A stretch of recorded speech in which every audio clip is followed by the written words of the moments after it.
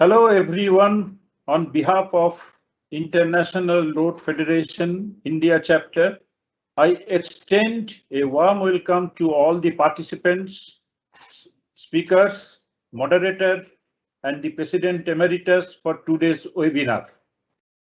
I think you are all aware that IRF India Chapter started the webinar series during the Road Safety Month this year, which is observed in the month of January every year in India. We at IRF IC planned series of webinars, total 12 in numbers for the whole of the year of 2021. The main purpose of this is to disseminate the state-of-the-art knowledge in the area of road safety and also to formulate recommendations as a part of action plan for the implementation in the country at various stages. Now, today's webinar is the fifth in this series, and the topic of today's webinar is network level safety by engineering measures and funding. The session will be moderated by none other than Mr. Bill Halkias, President of IRF Geneva, and we have four very eminent speakers for the presentations today under this broad topic, and they are Mr. Rob McInerney, Mr. Constantine Papandreou, Mr. Sanel Pathak, and Dr. H.K. Reddy. They all will be introduced formally by the moderator during the technical session. Finally, on behalf of India Road Federation, International Road Federation India Chapter, I wish to record our deep sense of appreciation to the moderator and all the speakers for taking out their valuable time and agreeing to enrich us with their knowledge and wisdom. Please note that the recommendations emerging out of today's webinar will be shared with all the speakers and the moderator for preparing the action plan. Now, may I request Mr. Kapila for his address to all the participants, please. An outstanding professional and distinguished colleague and friend, Mr. Bill Halkias, President, IRF Geneva Program Center, other distinguished speakers and champions of road safety, distinguished delegates, members of the media, ladies and gentlemen. 1.3 million people are killed and about 50 million are injured in the world every year, placing a huge financial burden of USD 1.8 trillion. In India, about 150,000 fatalities and 5 lakh injuries, including permanent disabilities, are reported every year. The economic loss is around 3% of the GDP. The United Nations Decade of Action 2010-2020 envisages to bring down road accidents and fatalities by 50% by the end of the decade.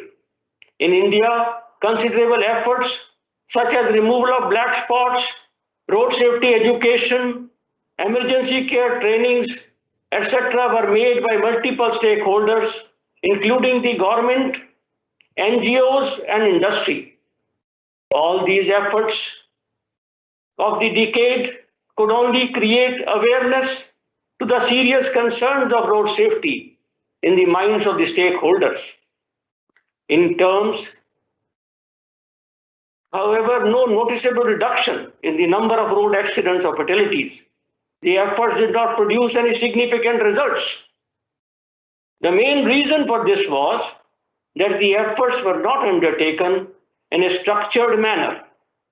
Road safety is a function of 5 E's: engineering of roads, engineering of vehicles, education, enforcement, and emergency care. And it is necessary to work on all of them simultaneously. The IRFIC has embarked upon its road safety plan for India for this decade with the focus on 5 E's. Accordingly, a 12 webinar series titled Road Safety Challenges in India and Preparation of an Action Plan was launched on 9th of February by Shri Nitin Gadkari ji, Honorable Minister of Road Transport and Highways and MSME. Each webinar will cover 3 to 4 subtopics under the webinar theme and will include a broad perspective on the theme by the guest speaker. Recommendations arising out of each webinar will be collated to finalize the National Action Plan of Road Safety, which will be implemented with the support of the stakeholders. Besides the webinar, IRF undertakes ground level activities in 7 states of Tamil Nadu, Maharashtra, Kerala, Uttar Pradesh, Madhya Pradesh, Rajasthan and Karnataka based on number of road accidents and fatalities. Various interventions based on 5 E's will be undertaken to showcase the efficacy of the initiative. The Honorable Minister has written to the Chief Ministers of these states to extend all support to IRF in this venture. Our interventions will include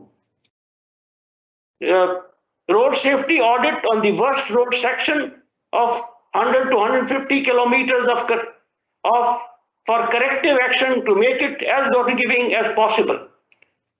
Road safety education in schools and other educational institutions, as well as sensitizing the local population.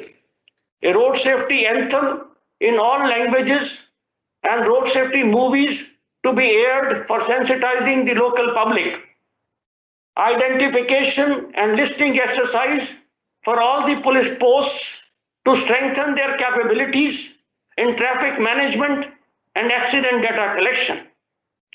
Mapping all medical facilities to identify the gaps in terms of requirement for treating an accident victim. Training in first aid trauma care to bystanders by providing pre-hospital care within the golden hour.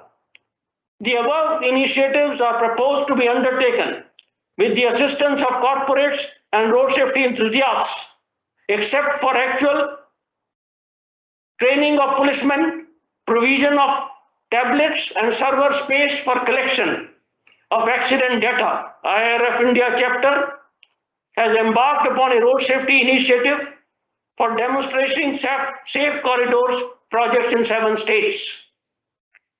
Our efforts are to work relentlessly to achieve the targets set by the Honorable Minister Shri Nitin Gadkari ji and taken as a pledge personally to achieve 50% reduction in road accidents and fatalities by 2025. Ladies and gentlemen, this is my commitment to you that we will reduce the road accident and fatalities in India by 50% by 2025. But to make it happen, I humbly solicit with folded hands, wholehearted support of all of you in this yajna. By contributing generously to IRF India, you may visit IRF website for more details. Let's pledge to leave no stone unturned. Let's pledge to leave no stone unturned in this effort, and we will achieve our target. May God bless you all. Thank you. Jai Hind.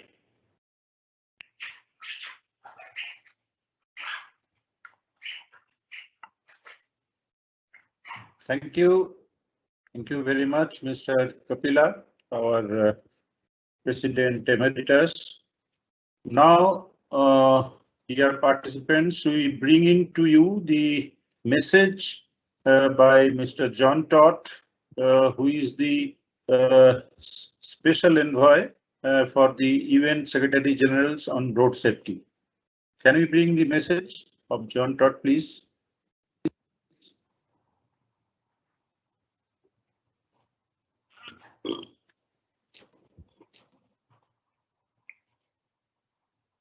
Honorable Minister Nitin Gadkari, my dear Kiran Kapila, ladies and gentlemen, achieving safe mobility and transport systems is one of the most pressing social, economic, health and development challenges of our time.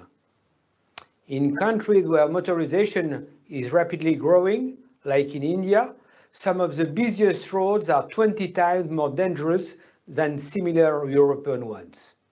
This is an enormous gap that we need to close urgently. There is added momentum for us to address this scourge. We embark on a new United Nations Decade of Action for Road Safety, and we must all recommit to deliver on our 2030 targets. This aims to halve the number of road deaths and injuries, the SDG 3.6, and to provide access to safe, affordable, accessible, and sustainable transport system for all by 2030, SDG 11.2. And with the progress made in the last decade and the tools we have gathered, we are equipped to make the difference. We have the UN Road Safety Conventions, a UN Road Safety Fund, global voluntary performance targets, and a global plan of action underway. I thank the International Road Federation for playing its significant part in this global effort. I commend your work in supporting stakeholders to improve roads, which ultimately benefit local communities, including children, who are, as we all know, among the most vulnerable. I wish you a productive webinar and look forward to a fruitful journey, rewarded by lives saved on the road, and you know you can count on me. Thank you.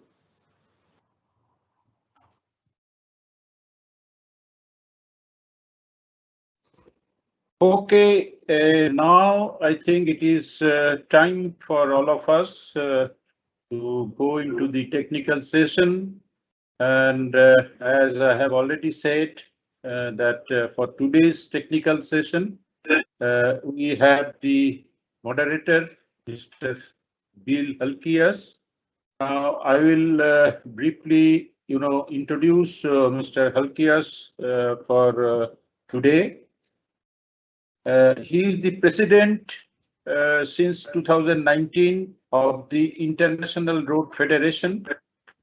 He has 40 years experience in the transportation industry and has also been president of European Toll Motorways Association, AACCAP, Hellenic Association of Toll Road Network, and HIT, which is Hellenic Institute of Transportation Engineers. Added to that, he has had 2 stints on IBTTA's board of directors and was a member of the Freeway Operations Committee of the Transportation Research Board for 6 years. Since 1999, he has been MD and CEO of Attiki Odos, Attica Tollway Operation and Maintenance Company in Athens, Greece. He holds degrees in rural and surveying engineering from the National Technical University of Athens and holds an MSc in civil engineering from New Jersey Institute of Technology, as well as being a licensed professional engineer in Greece and in 8 states of the United States of America. So here we go, Bill. Floor is yours now. I think it is up to the time, etc. has already been indicated, but you can formally also say, and later on how the question hour will take place. Okay, over to you, Bill. Thank you. You kind introduction. Really a pleasure and an honor and a privilege to be with you, the Indian friends. And when you introduced me, you said I'm president since 2019. Yes, because that was the year when Mr. Kiran Kapila decided that it was time for him to do more things than just sticking to IRF. And I'm honored that I took over from Kiran Kapila. So without any further ado, let's get into some notes on what IRF does on traffic safety. So the role of IRF in promoting traffic safety. Let's get some things straight. What do we do as an association is not what contractors, engineers, and other entities are doing. So we are playing with the notion, and we need to reinforce the notion that engineers, and a lot of us are engineers, shall design roads that address the needs of all road users and not just some of them, and that we can constructively guide the driver behavior. It is us, through the design, that we will guide drivers what to do. We need to take action in capacity building, otherwise educating people by being part of demonstration projects and activities. We need to build partnerships with others. We cannot do that in silos or alone. And we need to promote public and private actions, as well as to engage business, small or big or middle size, in creating a corporate traffic safety culture within the organization. And of course, disseminate good practices and become a catalyst in forming partnerships. So how do we promote good practices? Let me talk to you about the 10-step plan. That 10-step plan was developed in 2019 by Project Group 2 of the United Nations Road Safety Collaboration, to which IRF was a prominent member. And the aim of this 10-step plan was to support countries seeking to implement initiatives in relation to improve traffic safety of the road infrastructure with new and existing roads. And all information about this plan is available on the website that you see there.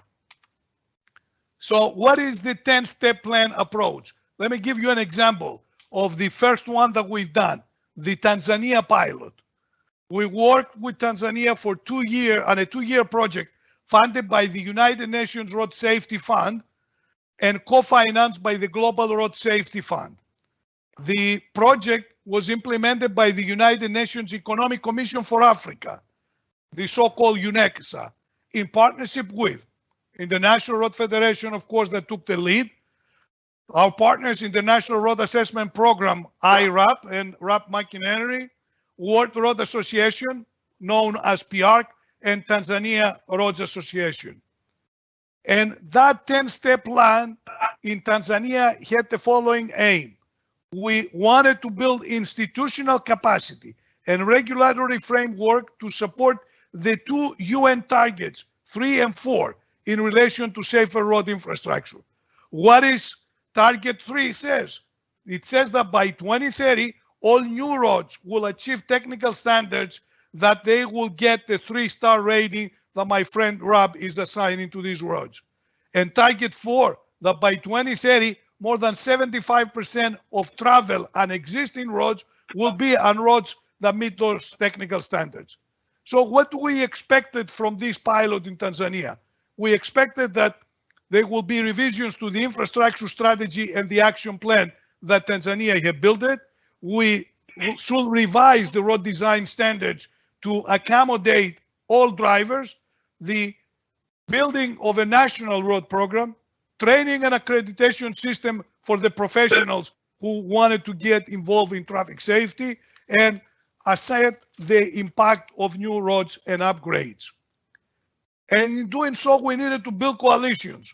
And we built the Tanzania Private Sector Road Safety Coalition, thanks to the support, the financial support of the Total Foundation, who opened up its arms to invite others to join. So Total Foundation was there together with Bolloré, Vodafone, Coca-Cola, Lafarge Holcim, and SSF. And the Global Transport Knowledge Partnership is a web-based application, a platform that it is used to share knowledge and help in building capacity. And it has 5 pillars: the road safety management, safer roads and mobility, safer vehicles, safer road users, and of course, last but not least, the post-crash response that we all hope that it will not be needed. But reality is that we will need that also. And IRF recently has issued an open letter concentrating in 4 items: reduce road travel speed to 30 kilometers per hour, where we mix vehicles with vulnerable users and motorcyclists and pedestrians. Two, and you see it here highlighted, design roads that address the needs of all road users that can constructively guide driver behavior. I repeated message number 2 in prior slides. 3, enforce traffic speeds that are safe for everyone, everywhere, prioritizing low-speed streets in all residential areas and near schools. And of course, educate people that speed is killing. So I like to congratulate IRF India Chapter for doing all these things today and in the future. The IRF India Chapter has obtained support from public sector by involving the highest levels of government. Minister of Road and Transport and Highways and MSMEs, Mr. Nitin Gadkari, opened up the first webinar, the first one. For engaging notable panelists that we have them here today, Rap McInerney, Kostas Papandreou, Sanel Pathak, and H.K. Reddy. And by building coalitions, by involving notable organizations and business to support a series of webinars that you see them all here at the bottom of this slide. And in concluding, I like to thank the IRF India Chapter Chairman, Mr. Gadibaya, for his leadership. Thank you very much. IRF President Emeritus Kiran Kapila, my good friend Kiran Kapila, thank you again.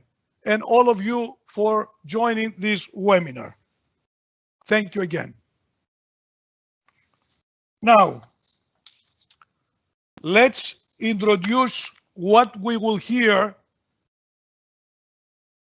We will hear the following from the speakers we have today. From Rap McInerney. Let me first introduce Rap. Rap McInerney is the Chief Executive Officer for the International Road Assessment Program, the so-called IRAP, a registered charity with a vision of a world free of high-risk roads. With RAP projects and programs now active in over 100 countries worldwide, RAP works closely with key development bank, political and technical leaders from each country to build local capacity and deliver large-scale and long-term road safety benefits through the provision of safer road infrastructure as part of their own RAP programs. RAP was awarded the IRF Global Road Safety Award in 2017, Fellowship of the Australian College of Road Safety in 2015, and received the Prince Michael International Road Safety Award in 2014, and again in 2020 in recognition of the work of IRAP globally. And Rab will be talking to us from Australia. Second speaker will be I see Mr. Gogaribai saying, let's clap for Rab. Thank you, Rab. Thanks for being with us. Second speaker will be my good friend Constantinos Papandreou, the CEO and medical and managing director of Olympia Odos Operations in Athens, Greece. Mr. Papandreou is the Chief Executive Officer of the operation since 2008, the company that has undertaken the operation and maintenance services of the Elefsina-Corinthos Patra motorway, which recently finished its construction. In the past, responding to significant challenges, he undertook key roles and positions in various transportation projects in Greece. For example, he served as traffic and maintenance manager in Attikes Diadromes SA, which is the agency I run today, as traffic planning manager in the motorway project of Attiki Odos, and he ran the planning department of Attiko Metro, which is the subway of Athens, whereas for many years he has worked as an independent engineer in the field of transportation. Kostas Papandreou holds a degree in civil and transportation engineering from the Aristotle University of Thessaloniki back in 1986, whereas he has also obtained a master's degree in the field of transportation from the École Nationale des Ponts et Chaussées in Paris, France. He's a member of the Technical Chamber of Greece, of the Hellenic Institute of Transportation Engineers, where he served as a member of the board and general secretary, and also a member on the board of directors of Helastron. The next participant, the next panelist is going to be Mr. Sanel Pathak, who is the head of Special Initiative Development Projects of L&T Ltd. Mr. Sanel Pathak is the head of Special Initiatives Development Projects at Larsen & Toubro Ltd in Mumbai and was till recently CEO of L&T IDPL that operates 15 highway assets. Mr. Pathak has over 3 decades of experience shared evenly between the private sector and government of India, of India's IAS, Indian Administrative Service. He has 360-degree experience in infrastructure finance and execution, having worked in private equity investing and fundraising, both nationally and globally, project finance, project structuring, preparation and appraisal, and investment banking. He has raised large funds from multilateral and bilateral organizations like Asian Development Bank, World Bank, European Commission, and the United Nations Group. He has also worked on infrastructure project development in African countries. He has completed his MBA from the IIM in Calcutta and his bachelor with honors from SRCC in Delhi. He has an LLB and a diploma in business finance. He attended a leadership program at Said Business School at the University of Oxford back in 2018. Last but not least, we will have Dr. Hari Kisan Reddy, Chief Executive Officer of Cube Highways and Transportation Assets Advisors and founder of VR Technique Consultants, a leading consulting company in the highway sector, and BHARI Infra, which has interest in development of a new and development of state-of-the-art technologies for road operations. He has more than 2 decades of experience and completed 1,000+ studies on travel demand estimation and network analysis in India. Cube Highways is now one of the largest road investment platforms in India, and one of the assets of Cube Highways won 2 gold awards for MORTH for the year 2019 under innovation and green highway categories. Dr. Reddy's experience encompasses travel demand estimation for road projects, parking projects, public and private transportation systems, and intercity railway corridors, in addition to road safety aspects, including road safety audit. He has worked on varied type of projects, which include economic viability of road projects, including their implementation in BOT or P3 mode. He has also contributed to development of scientific approach for origin destination travel demand matrices, estimation from link, volume counts, and marginal trip totals. Dr. Reddy has a PhD in transportation system engineering from IIT Kanpur, and he's a well-known expert in the field of traffic engineering and transportation planning. So we got 4 speakers who will talk to us about traffic safety today. And the first speaker will be Rob McInerney, the CEO of IRAP, who will talk about adapting the IRAP star rating for global targets. Rob, the floor is yours. Excellent. Thank you very much, Bill, and my congratulations to the International Road Federation for your leadership on road safety. And you've been leaders for many years, and certainly with both yourself as president, with Kiran in his role previously, and to Dr. Gandapadai, my very big congratulations for all of the fantastic work that you do. So today I would like to share with you some of the benefits that we can get from the global application of the star rating targets that have been agreed by the United Nations member states. So, as Bill highlighted, the IRAP program is actually structured as a charity. So we are there to work in partnership with governments all around the world to actually help save lives. Can I confirm if you can hear me okay? Yes, Rob, you can Yes, hear it. we can. No problem. Great, Yeah. thank you. And so that work now extends beyond 100 countries, and we've seen and assessed more than 2.5 million kilometres of roads worldwide, and importantly, have helped mobilise more than $80 billion of investment for safer road infrastructure. All of us in this industry understand the potential to save lives. And as Bill mentioned, it is our responsibility as part of being an engineer to have our ethics focused on doing no harm.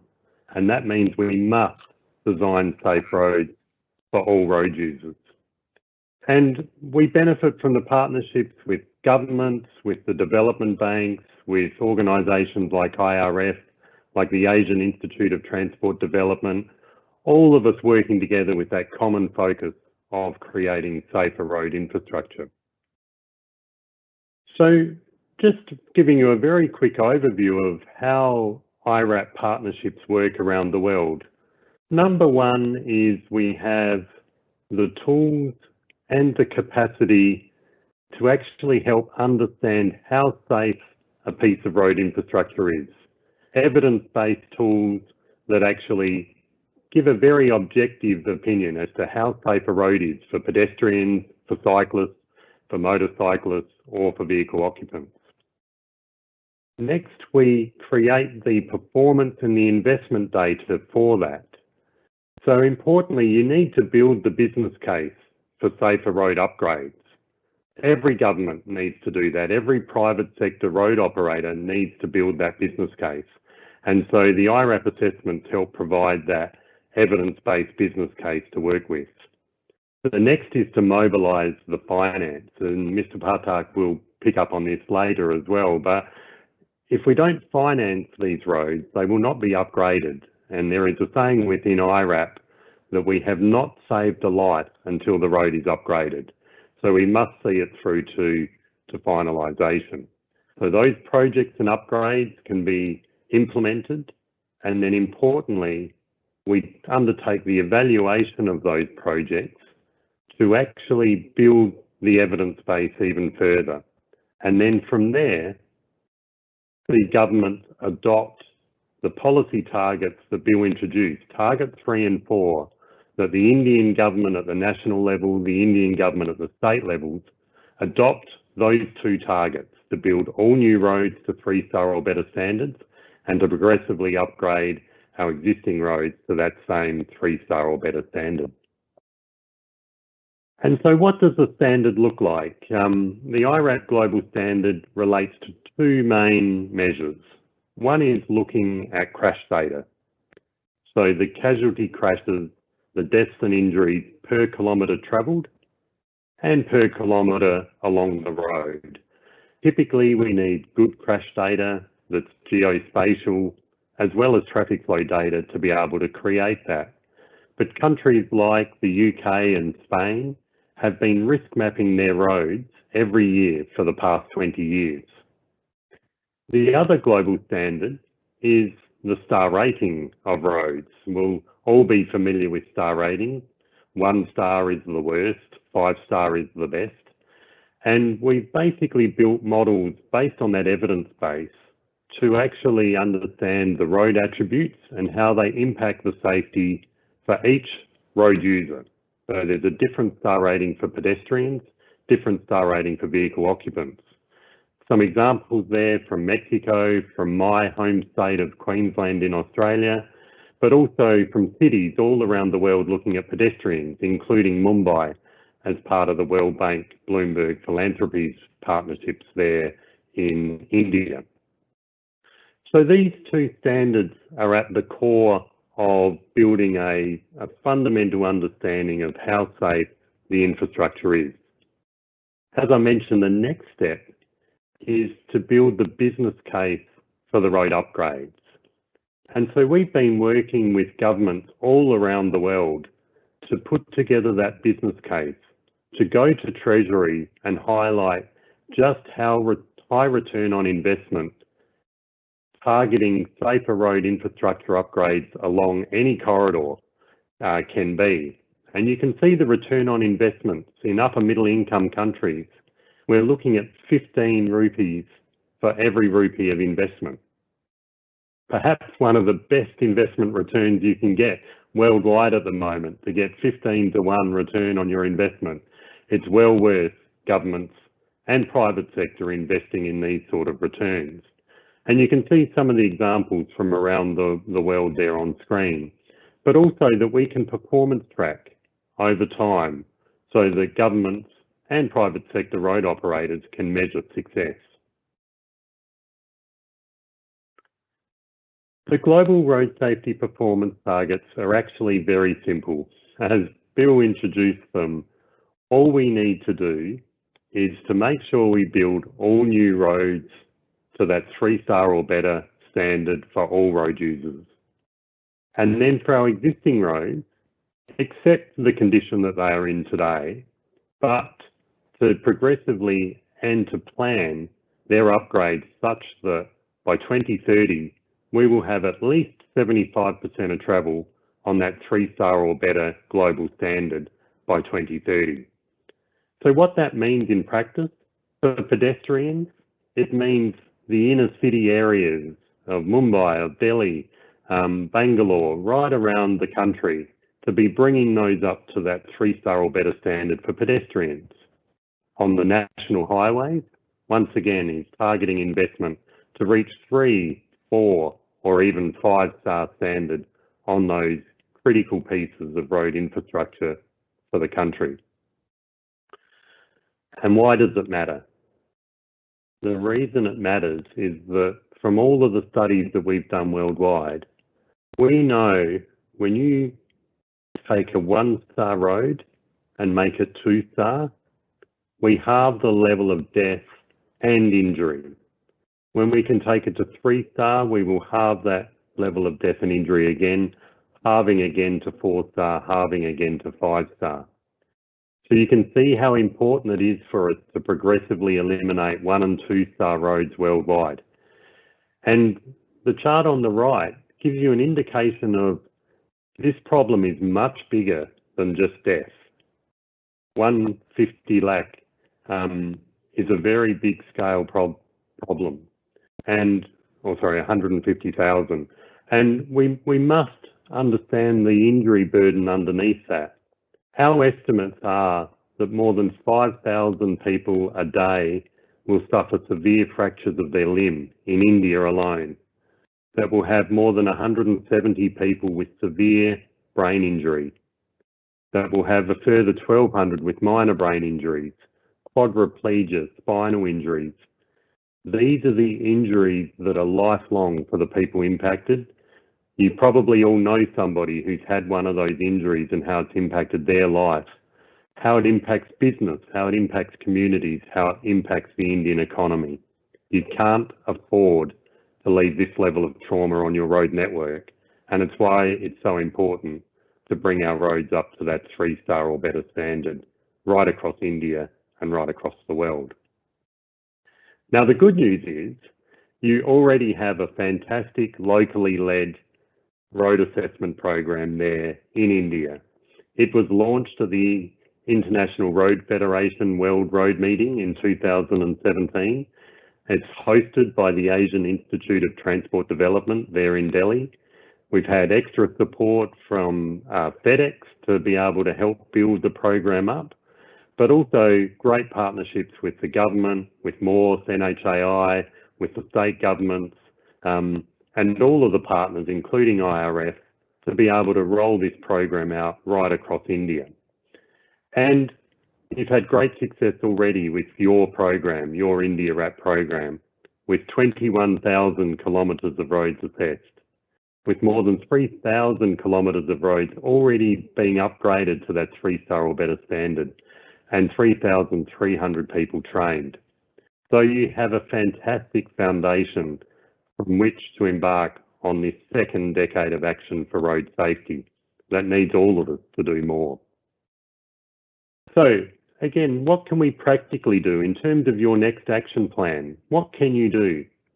Number one is understand what is the star rating of that new road project that you're about to build. Maybe you're a city engineer. Is it 3 and 4 star for pedestrians? Or, like this example from Morocco, only 1 star for pedestrians?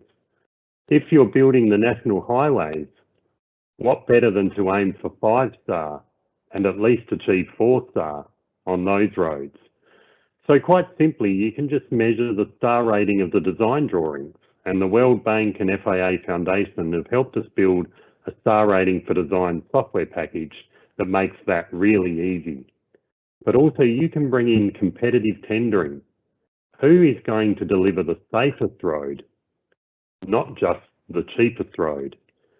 And actually, how can we build in the expected crash cost, the trauma cost over the next 20 years of that road project into the evaluation? And you can do that. And it was actually colleagues in India who actually came up with that idea that is now being used worldwide.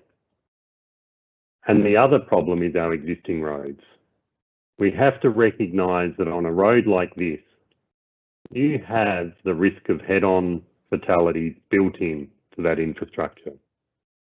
So how can we progressively over time build in results-based financing to actually eliminate these sort of 1-star roads and replace them with the roadside protection, the head-on protection that will bring them up to that 3-star or better standard, and make that progressive over time through to 2030. So again, 2 simple policies that you can bring in at the national level over the next 10 years.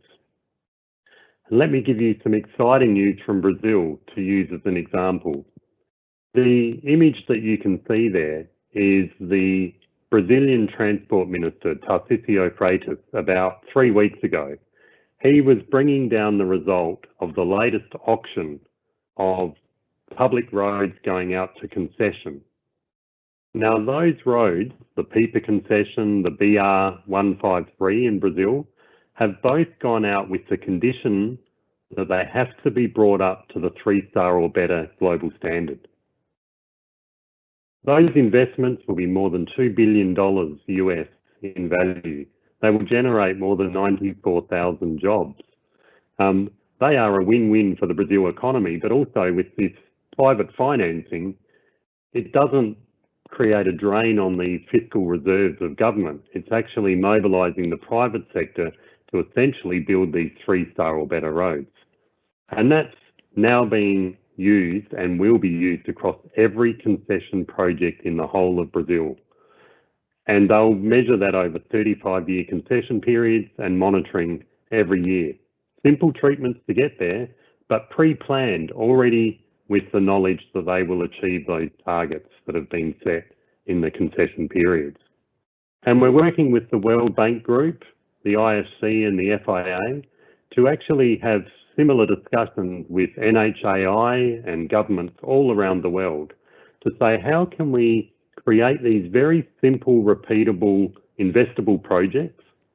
How can we define the revenue sources that will see them paid back over time, provide that access to capital, provide the blended finance so there is discount and incentive to invest, and also provide the technical assistance so that those projects can actually go ahead with the knowledge needed to deliver the outcomes desired, that 3-star or better outcome. And what we know already, and I know there's many private sector concessionaires in the event today, what we know is the private sector is fantastic at responding to safety. You treat road users as customers, and with that comes a completely different mentality. We saw that in Malaysia in one of our first projects where Plus, having seen that they received a 3-star rating, immediately asked how they can get to 5-star. We've seen toll roads assessed right across Latin America, throughout Europe, throughout Asia, and now starting to happen in Africa, like Jasa Marga's roads in Indonesia, that have, you can see the certificate there, where they have reached that 3, 4 and 5-star standard for their toll roads in Indonesia. The Transurban roads in Australia have hit 5-star and just about all of the travel is on 4-star or better. Abertus's roads in Spain are 5-star. FedEx has been involved in assessing the interstate highways in the US, which are predominantly 4- and 5-star standard as well. So the private sector knows how to build these roads to a safe level. We just need to incentivise it, and how we unlock either the government funding, the extension of concession periods to sort of bring them up, conditional on bringing their roads to that 3, 4 or 5-star standard. It's all possible. And what we know is that this is already starting to happen in India as well, because our high-level analysis suggests that safer road infrastructure will deliver a more than 30% reduction in the total death and injury on Indian roads. If you can achieve more than 75% of travel on 3-star or better roads by 2030, we stand the potential to save more than 20 million deaths and injuries over the life of those infrastructure treatments. Our industry can make that happen, and we'll have a return on investment of 9-to-1 for India alone. And we can see partnerships between IRAC and NHAI now already happening on Cube's assets that we'll hear about later, NH9, NH19, NH24, 25, 56, 28, 45 and 65. Assessments happening right at the moment as part of IRAC partnerships with NHAI, but also some innovative work with government partnerships between IRAC and OSRAP, where they're looking to showcase the stars of road safety on the Safeway Concessions assets of Macquarie in Andhra Pradesh. So this is high profile work that we should be able to make happen. And if we do, and we succeed, we have to understand for every project that we fund, that when you take a road from 1-star to 4-star, you'll be saving lives, but you'll be reducing brain injuries, quadriplegia, all these avoidable costs on the Indian economy. And we can understand where in the economy those investments are actually going to save lives. So what we go from road safety being sort of a bit of an unknown to now being very objective, bring the roads to 3-star or better, understand how many lives you will save, understand the return on investment, and then ultimately work together as an industry to make it happen, to unlock the win-win-win benefits of safer road infrastructure, to save lives, to save money, and to create jobs as part of our stimulus packages and as part of business as usual for road management in India and in every country worldwide. And in closing, also make sure that we celebrate success. Engineers are very modest, but every time you upgrade one of these roads, like the road in Connecticut that took the roads up to that 3-star standard and has led to a halving of deaths on that road in Connecticut, let's celebrate it. Let's ribbon cut every one of these 3, 4 and 5-star roads that we build, plan and maintain, and together we will reach those 2030 targets and save lives. Thank you very much. Thank you, my good friend Rob. Please stick around. I am sure that the 300 plus participants will have some questions for you at the end. Next, we will talk on topic 2, which is management of safety in construction and maintenance works. And when I spoke with Mr. Kapila, we were looking for an expert, and I could not think of anybody else than my good friend Constantine Papandreou, who was in charge of the operation company when a toll road of about 200 kilometers leading from Athens to Patras in the Peloponnese was going to be upgraded, Rob, was going to be worked side by side with the existing road construction, lots of construction activities. So with no further ado, Kostas Papandreou, you have the floor, please. Good morning, everybody. May I have the control of the presentation, please, because I cannot share it.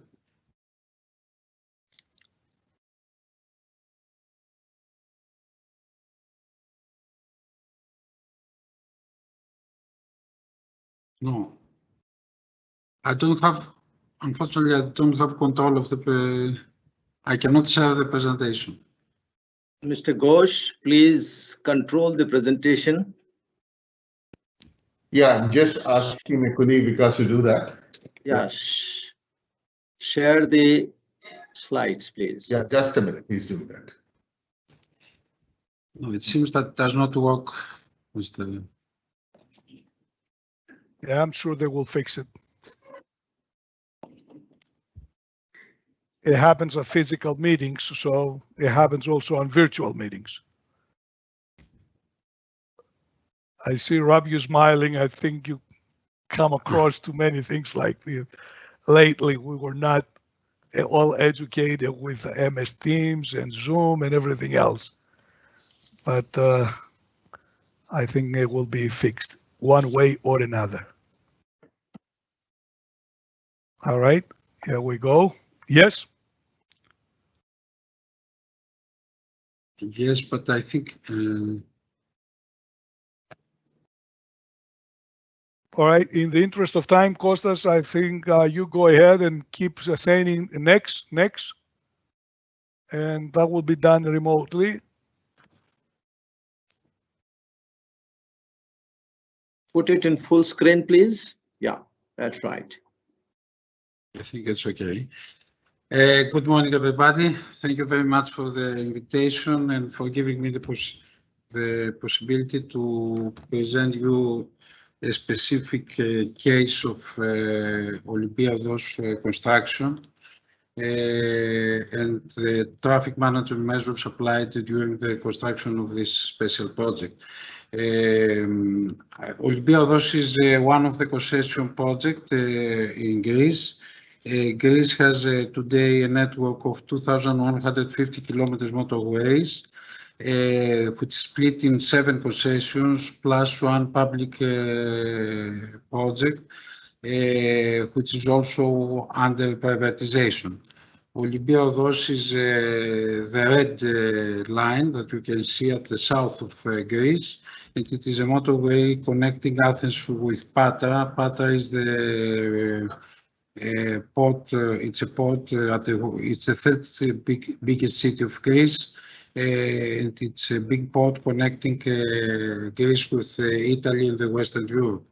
So this axle of Olympiados is of regional, national, and international importance and plays a significant role for the transportation in Greece. The project of Olympiados consists of finance, design, build, operate, and exploit and maintain the project for 30 years. The scope of work of the concessionaire regarding the construction was, first of all, to upgrade 2 existing sections, the green ones that you see on your screens, that was pre-existing motorways, to upgrade by making some heavy maintenance works, but also upgrading the tunnels and some pre-existing structures. But the main scope of this in terms of construction was to upgrade the Constantine Papandreou section, the section that is shown in the screen in red, between Constantine and Papandreou, which is a 120 kilometers highway with undivided carriageway, and to transform this to a modern motorway. So the project, the total construction budget was about 1.4 billion euros, and the project is financed by the state and EU funds by 0.5%, and the rest by bank loans and funds provided by the shareholders of the concessionaire. The main shareholders of this concession are Vinci from France, Hochtief from Germany, and 3 Greek, the biggest Greek constructors, GMP AVAX, YEK Terna, and Actor Concessions. The project started as a concession in August 2008, and the construction was completed in 2017 with 2-3 years of suspension of works, during which practically the concession was in a partial suspension. The construction was in suspension because of the financial crisis in Greece. Fortunately, we overcome all these financial problems and we completed the construction in late 2017. The project was constructed with a typical contractual framework of concession. You can see here what is the structure of the concession. There is a concession company being in agreement with the state and in agreements with the lenders, with the independent engineer that supervised the project. And there were two main legs of this concession scheme: the constructor that has the responsibility to design and build the project, and the operation company which had the responsibility to operate and maintain the project for 30 years. This is the activity of the operator. Me, I'm representing here the operator. And the role of the operator is to operate 24 hours per day the project, to perform the traffic management and road safety activities, to the routine and the routine maintenance, to advise the concessionaire about the heavy maintenance, and to perform the toll collection and provide customer services. But in this specific project, the operator has also a much more important role to manage also the traffic, the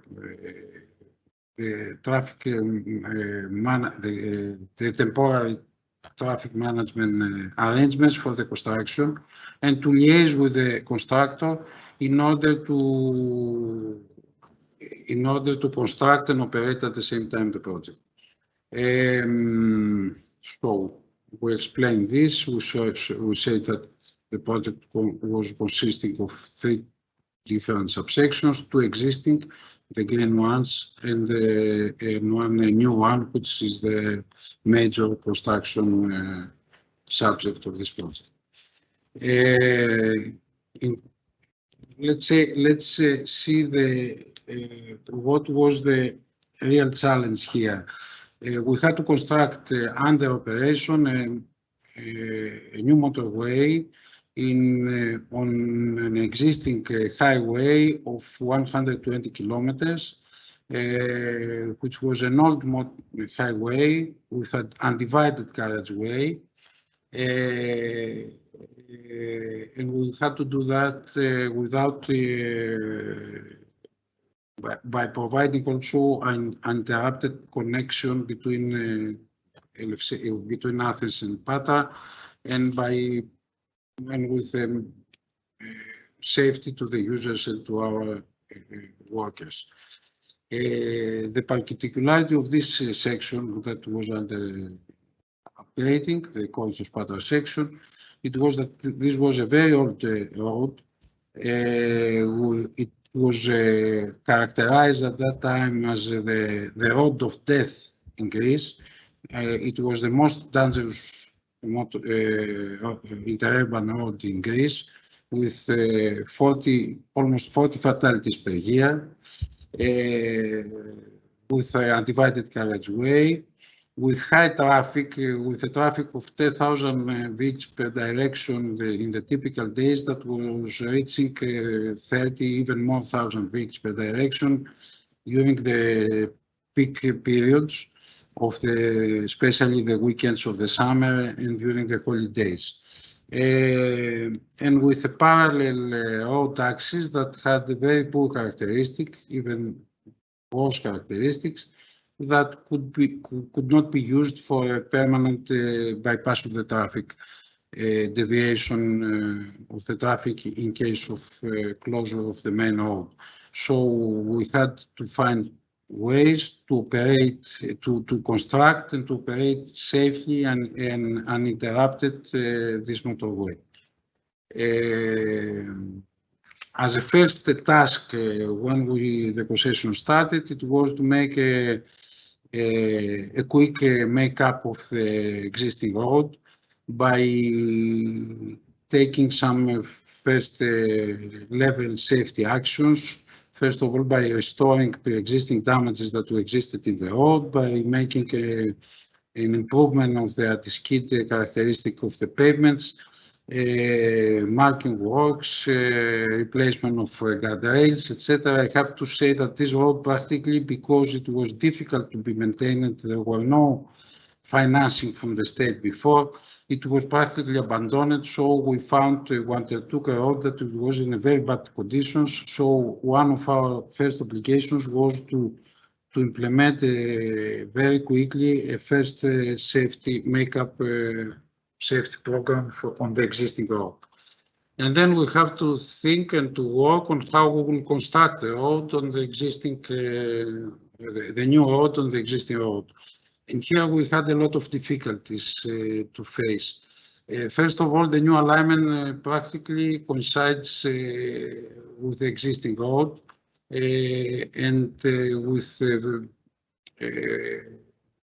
few deviations from the existing alignment where we constructed some tunnels. So we practically had to widen the existing road either to one or to the other direction. We had several crossings from one to for the construction from one side to the other side of the road. We had to demolish a lot of old structures. We demolished approximately 30 old bridges, and we had to do this under operation.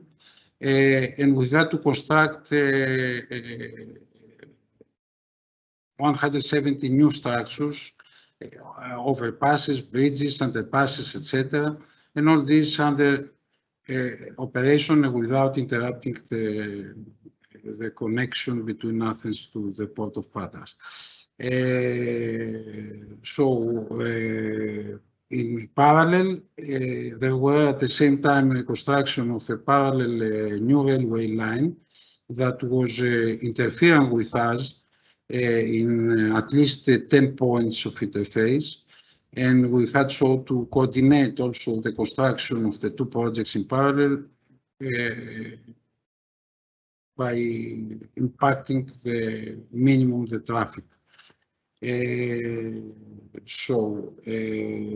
have to manage at the same time safety and constructability, and in order to do that, we had to do a big effort in terms of the temporary traffic arrangements and the way that we will manage the traffic. So practically, apart from the classical civil works, this was a project of traffic arrangements.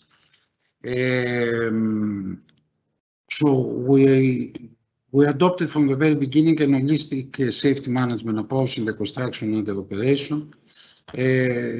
We have, in terms of design of the temporary traffic arrangements, to accommodate multiple design parameters at the same time, sometimes those conflicting each other. We had to secure the construction. We have to construct in a predefined time schedule that was relatively tight. We have to secure the safety for the traffic and our employees. We have to keep a basic level of service, and in any case to ensure the connectivity between the big cities of Greece, and at the same time to develop incident management plans in order to be able to face any unforeseen conditions in case of accident, and to restate the traffic as quick as possible.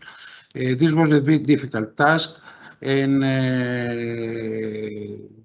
so there were the designers that, according to some rules that we have set up in the beginning, they prepared the plans, and then there were an extensive, let's say, procedure of interface with all the stakeholders involved. There were independent safety auditors that control the designs. There were the independent engineer that was the supervisory authority for the project that approves the designs and check the designs. The operator was was also involved in the approval process and in the reviewing of those designs. The state services had to approve these designs, and then the police, and then we had the police decision that it was the licensing and the permission in order to implement the relevant temporary traffic arrangement plan. At the same time, there were something that was new. There were a special committee that was established between all involved stakeholders for dealing with special issues that sometimes deviating from the standard practice. Sometimes we had to deviate from the standards, we had to implement and to think out of the box, and we needed some, and for this we have established a very big committee with all the stakeholders that where we discussed and we took a common decision and responsibility about about the plan that we had in mind to implement.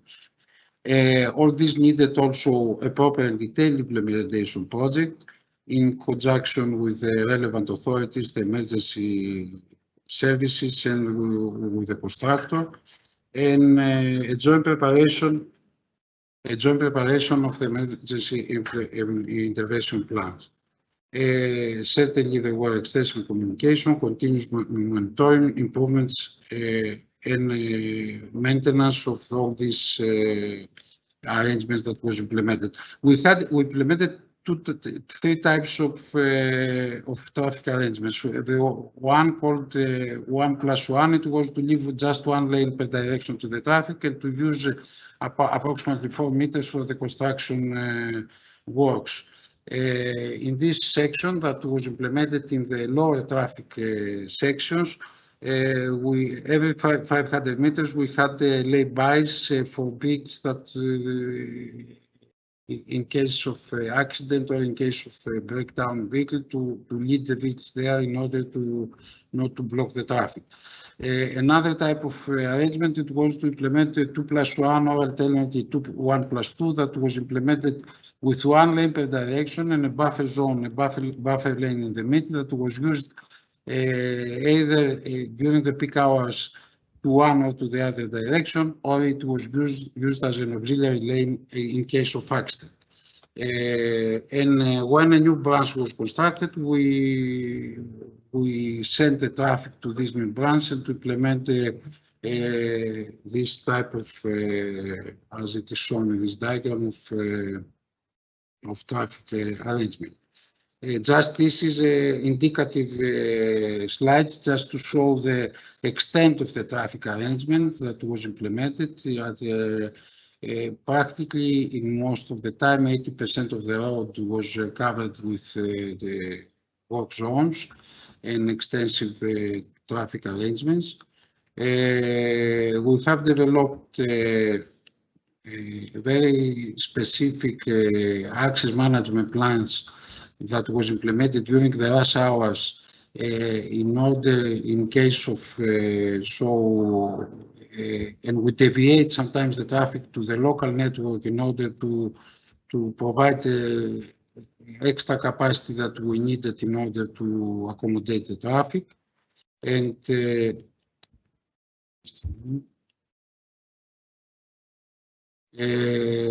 we have to take special precautions for the operator. To operate in such adverse conditions, it was very difficult. We had very strict procedures and follow-up of the procedures. We have continuous and close collaboration with the police for strengthening the safety, and we need to be ready to intervene immediately in the working zones, because every simple breakdown or a simple accident could block the road for hours. And in order to ensure the uninterrupted operation and connection between Athens and Patra, we have also to somehow to take care of the alternative external routes, and in order to use them as a bypass in case of blockage of the main road. And all this need constant monitoring, evaluation, and management of the eventual problems. We develop special plans also for our personnel, for the health and safety of our personnel, as this road, the existing road was with very poor characteristic, with very low radius, etc. We had some zones where the visibility was very low, so we make specific manuals and procedures for how our people they act within this red zone, low visibility dangerous zones, and we had continuous monitoring of the safety rules, and we communicate continuously to our personnel the safety measures that they should take in order to keep them alerted. As a result, we have today a modern highway with a motorway of 120 kilometers with 16 kilometers of tunnels, 5 groups of tunnels, 2 lanes per direction plus emergency lane. And we have established a reliable and safe connection between Athens to Patras.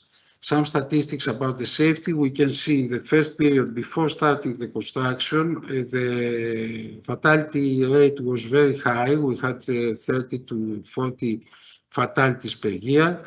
During the construction period, thanks to the existence of the continuous monitoring and the existence of the operator and the implementation of the traffic arrangements for the construction, we have lowered the accident rate by 80%, and today we have maximum one fatality per year, and we hope to become zero this in the forthcoming years.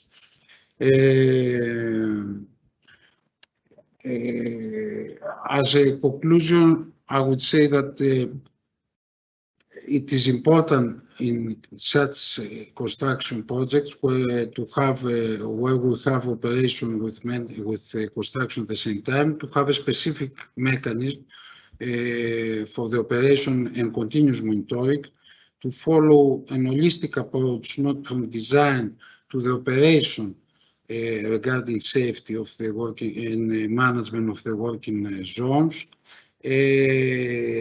One of the lessons learned from this experience is that there is a lot of things that we can do sometimes in terms of safety, even before upgrading the road in a new modern motorway, by implementing temporary traffic management measures that could decrease the accidents and provide a safer environment.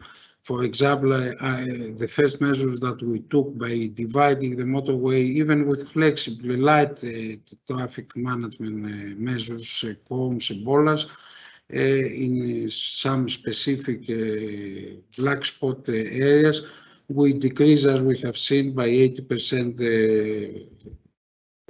the fatality rate of the road. This is all, and if you need, and in some cases when we have to operate and construct under such adverse conditions, we have to become inventive, we have to and creative, and sometimes we have even to deviate from the rules in order to solve this difficult exercise of construction in parallel with operation. Thank you very much, and I remain at your disposal for any question. Thank you, Kostas. And I think the example of an upgrading a 1 or 2 star road, Rob McInerney, into not 3, but 4 or 5 was something which will be of interest to not only India, but also other places. With that, we will go to Sanel Pathak. Sanel Pathak will talk, the topic says financing options for consistent and continuing interventions. And somehow it talks about PPPs and everything else, but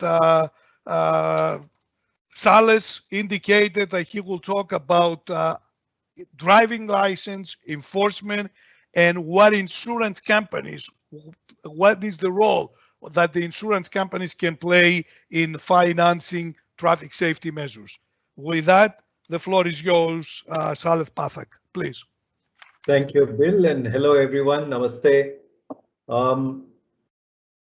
We've had a couple of very excellent presentations on the engineering aspect of roads and how a good star rating can immediately save lives. And obviously that star rating will come if you do engineering interventions. And we've had an excellent example from Greece where a road was upgraded and fatalities have really come down. And I know my colleague and friend, Dr. Reddy, has an excellent presentation on Indian practices on highways. And let me just say that till recently, I was heading a very large road platform company. And whatever Dr. Reddy is going to share is pretty much what we used to do. But I would like to actually take a pause here and talk about financing. And the problem is that we need to look at the evidence and look at the data before deciding what is important to finance. Now, initially, there was this excellent comment that, European roads are 20 times more safe compared to Indian roads. Mr. Kapila said that can we reduce the number of accidents and deaths by 50%? Can we make it half by 2025?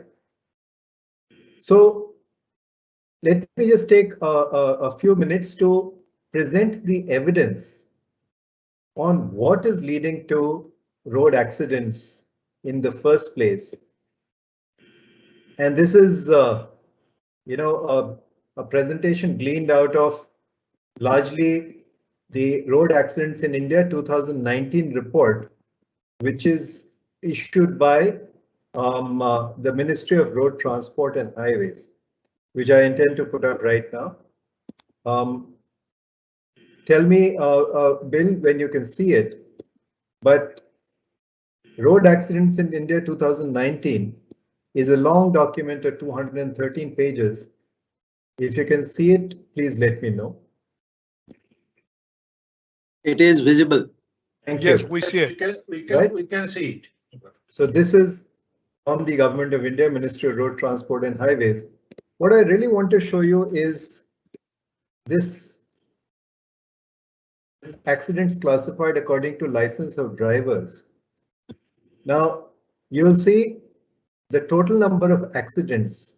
There are columns on permanent license, learner's license, without license, and others.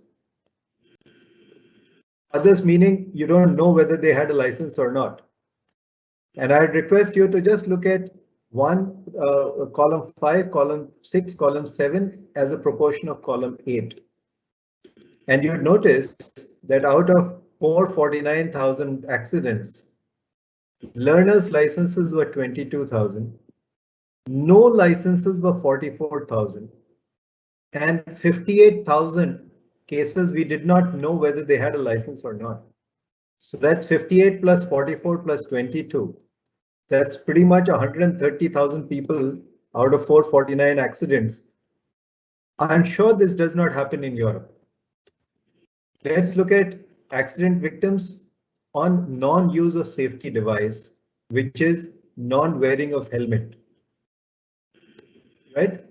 So out of a total number of persons killed, so many 14,000 people were killed because they were not wearing a helmet. If you look at wearing of safety belt, seat belt, 12,000 people were killed because they were not wearing a seat belt.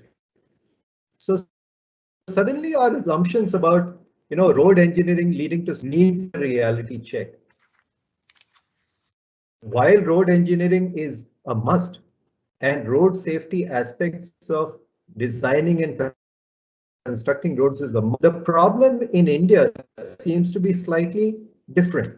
So let's have a look on what the hypothesis is Again, looking at the evidence, again, looking at the data. And I'm, going to close with an accident that we had in one of our roads yesterday at 12:15 noon. I'll come back to that later. So when this slide is visible, please let me know. Yes, it is. Right. So this is actually a joke, but it's actually not a joke. Because this is driver behavior in India.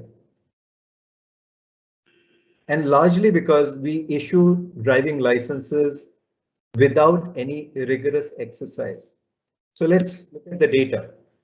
The data says that total road accidents from 2012 to 2018 has behaved. We started getting our roads into much faster driving surfaces, and obviously accidents rose, but they have come down because of some measures. However, because speeds have increased, deaths have increased. So deaths used to be somewhere here, deaths are here. 150,000 people per year are dying. And let me just assure you, another 150,000 are in grievous accidents. And I have lost a dear, near and dear one, and I have had people who are in grievous accidents. The misery of the person who's in a grievous accident is more, because the person will take a month in hospital and then they will have to recover slowly with physiotherapy. It's really a misery. So that's 300,000 people every year in India. That is more than the number of people who've died from COVID in India. So if you look at why the accidents are happening, where are they happening? They're happening on straight roads. 97,000 accidents actually happened on straight roads. 307 for the period under discussion. Look at this breakup. Straight roads, and there's more there, in broad daylight. It is not because of weather conditions. So why are these accidents happening on straight roads in good visibility? Because of overspeeding. Again, look at the overspeeding data compared to everything else. Driving on wrong side, actually overspeeding is around 65 to 67%. Driving on the wrong side is around 6 to 7%. So pretty much 3/4 of all accidents in India are happening only because of overspeeding and driving on the wrong side. And all of us know the 80-20 principle. You focus on 20% of the problem to solve 80% of the outcome. And these are the two crucial things: overspeeding and driving on the wrong side. The vehicle type. We are very fond of laying down the law on commercial vehicles and trucks in particular. But the number of accidents are largely because of motorized two-wheelers, motorcycles, 164,000, and cars, 113,000. So the problem is not with the trucks, it is not with the buses, it is with two-wheelers and cars. The age group, this is fairly universal. It is always the younger age group that is very fond of driving adventures. Those who are slightly senior tend to drive more sedately. So a Rolls Royce will not have an accident, a BMW will have an accident, that kind of thing. This is not particularly peculiar to India. But the type of collision is head-on collision, hit from the back, and hit and run are the three large components. So head-on collision happens largely in either where the carriageway is not dual carriageway, it is not separated, or it happens when there is wrong side driving. Hit from the back is clearly because of overspeeding or sometimes of vehicles not being parked properly in the highway. And hit and run is a sad reality. So here is a hypothesis. You see, the national highway accounts for around 30% of the accidents, even though it has 40% of the traffic. So we all say that 2% of India's national highway network has 40% of the traffic, but this 40% traffic leads to 30% of the accidents. Because of higher speeds, it leads to 35% of the deaths. There is a large segment which is on state highways. There is an even larger segment that is others. And from what I hear of road safety discourse in India, all our efforts are focused on the national highways, and within the national highways on the toll roads by private sector. So very quickly coming to financing. I asked a few friends in the government, and they said this is the single biggest reason. The nut at the wheel is responsible for most accidents. A very senior police officer who's looked after the DG of transport says this, and we are just unable to enforce strictness and discipline in issuing driving licenses. I know someone on this call who is a very, very senior traffic professional who used to be chairman of one of the most highly regarded government institutes. He was failed in his driving test. But we have not come across failure in driving test. In fact, 60% licenses are issued without any test. So, Rob, you can come up with 5-star rating roads, but if you have nuts at the wheel who have not had a test before driving licenses, even they will come and make a mess on these 5-star roads. So, the government of India, in its road safety, says the causes of road accidents could be human error, road environment, and vehicular. So far, we've been largely talking about road environment and how to get better designed roads. We've not really talked about human error and how we can focus on education and enforcement while retaining the focus on engineering and emergency care. And when we say education, we hand out some money to some NGOs to go and do awareness building in schools. That's not going to cut it. You can do awareness in schools, certainly, but you have to make sure that the person getting the driving license has gone through the comprehensive 92-page booklet of road safety and signage. This does not happen in India. Unlike, let us say, the European Union. As we saw, driving without a driver license was 10%, not known was 13%. Even though we talk about this in our road policy, we actually don't implement it. And we saw that lack of helmets is 29% of deaths, lack of seatbelts are 14%. This is nothing to do with the design or engineering of the road. And we want to make road deaths half in the next 4 years. This is the low-hanging fruit. So how do we do it? And I'll talk about this in the end. This happened yesterday. And a child of 9 months died. Okay. So what are the solutions for a road safety vaccine? How can we finance better driving license issuance? How do we finance enforcement on the ground? And Dr. Reddy will talk about the technology, I'll talk about the finance. And the simple solution is that we have a PPP, as you said, a public-private partnership between these two entities in India. And certainly the IRF can draw from its global experiences and tell us what are driving license issue processes elsewhere and what are enforcement processes elsewhere. The money is easy to find. We do not have to go to the World Bank or IFC. If we want to make road deaths half by the next 3 years, we don't want to go to the World Bank system because it'll take 4 years to get the loan, by which time we would have tied up this PPP. What is NRSP? Is the National Road Safety Board that's going to be constituted in the next few weeks under the road safety policy of the Government of India. And this is Insurance Information Bureau of India, which is a group of around 33 insurance companies that actually have the most to lose because of road accidents and deaths. because two kinds of insurance they do. One is the motor insurance and one is the health insurance. And in both, the lower the number of accidents, the better it is for all these insurance companies to keep collecting the premium and have fewer payouts. So we can actually come up with a system where every single license is linked to a unique ID that all of us Indians have. It is called the Aadhaar.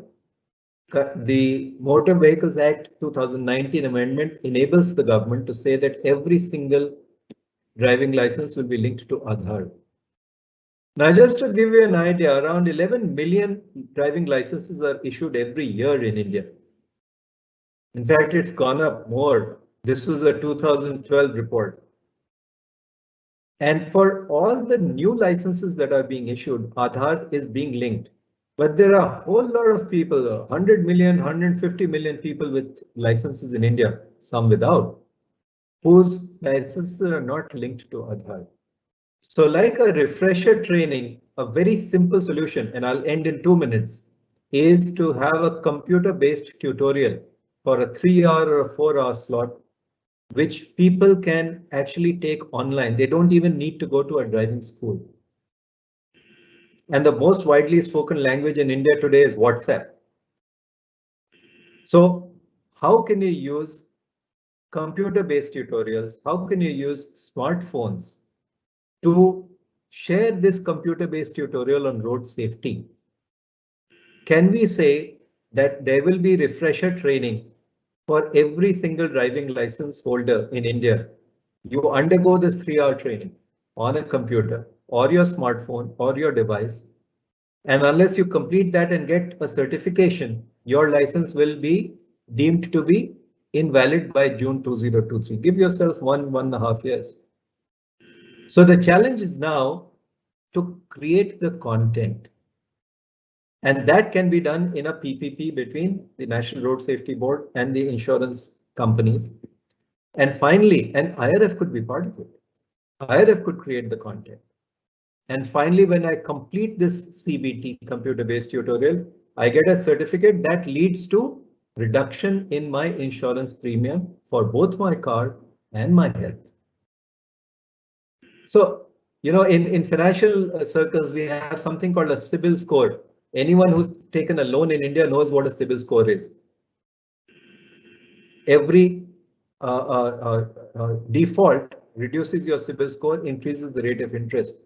In the same way, every year of good road safety should decrease your premium. Every accident should increase your premium. And this can be launched by September 2021. I'm happy to talk more during the question answer session. But the accident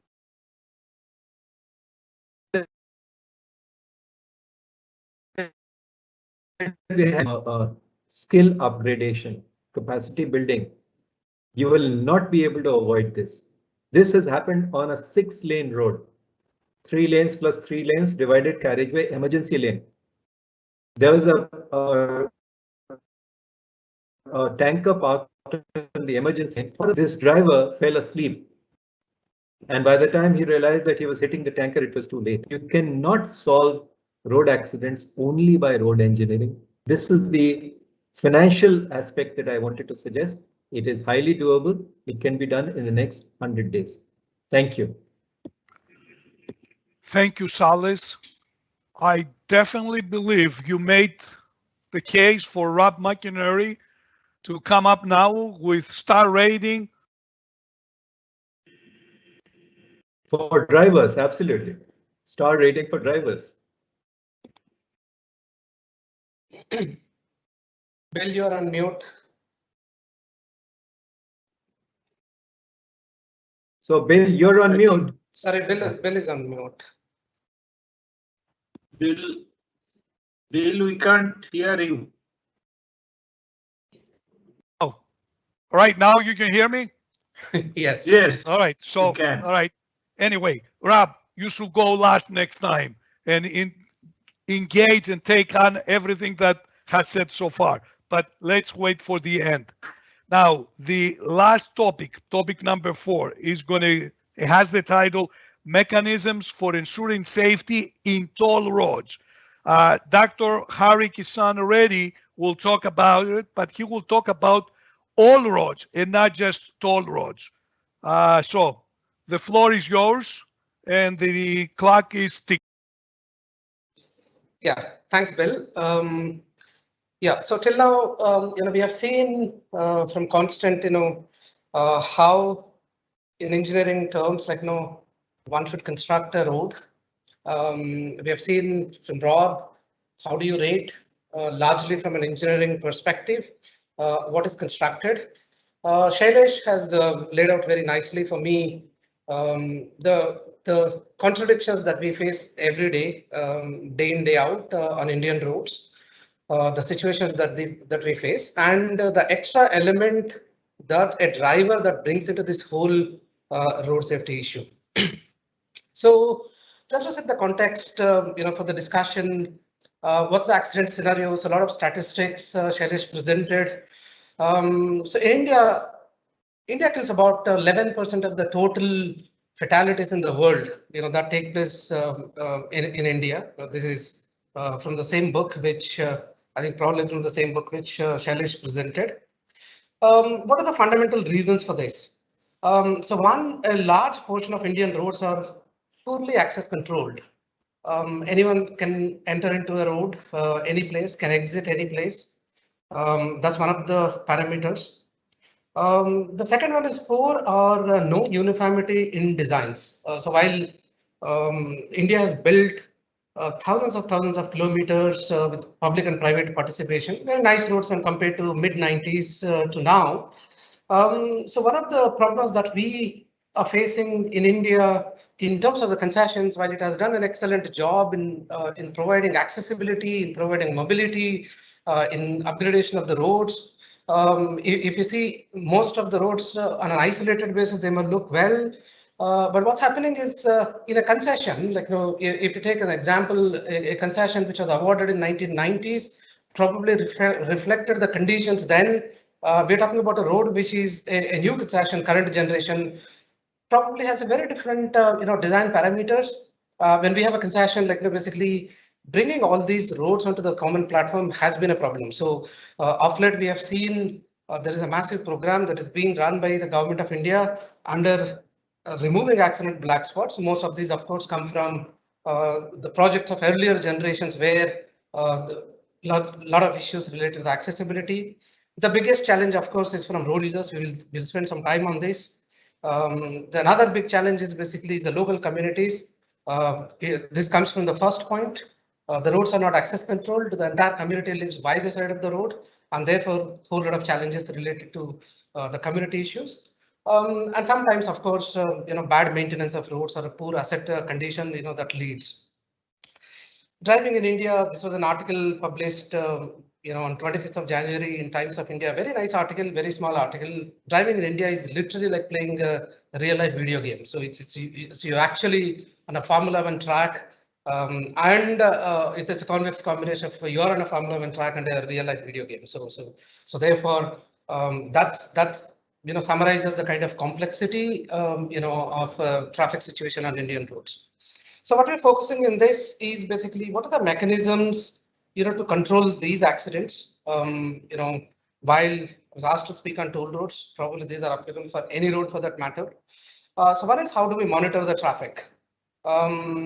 Using the latest technologies. How do we monitor the road condition? When we say road condition, it's the carriageway which is paved, which is structures. Both have come with their own issues. How do we monitor that? Shailesh spoke a lot about basically how do we improve training process, for issuing driving licenses. I think it's particularly true for Indian conditions. I can bet 90% of the road users fail to recognize the stop sign, which is very, very essential of one of the fundamental road signs. So therefore, there is a lot to be done there. So we'll go on to some of these issues, just for better understanding of the situation. The road users bring the challenges that you can see on this slide pictorially as well as in the text. Very poor knowledge of traffic rules, very poor driving skills. People drive on the wrong side. This is fully access controlled, an expressway right in the middle of Delhi. You can see the picture number 2, an auto rickshaw which is coming in the wrong direction, and in the same picture, a person on two-wheeler probably stopped there and probably is taking a call on his mobile phone. So in one picture which was taken randomly, you find the 2 traffic violations, and therefore we can actually see the magnitude and the scale of this problem on Indian highways.